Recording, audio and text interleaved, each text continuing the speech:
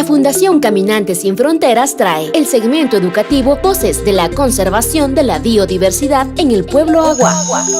La paloma perdiz purpúrea vive en nuestros bosques y está en peligro.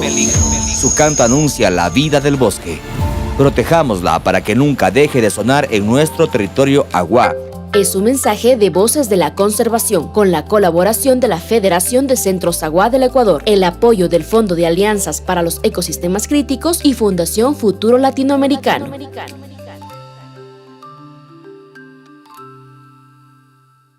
Fundación Caminantes Sin Frontera, Karamdi. Urusa Kamdamisne. Pitpara Kuiragin Suashpa Puebla Wagin. Ya purpuriane aon galgintui. Kara pena kuiraruchay. Pañakandane engalda kaginindui. Kuiragiashe. Pañakanda kamanba awasubin. Ane mazakainami pitpara kuiragin. Yan waindu fekaigasa. Kara Fondo de Alianzas para los Ecosistemas Críticos. Kara Fundación Futuro Latinoamericano.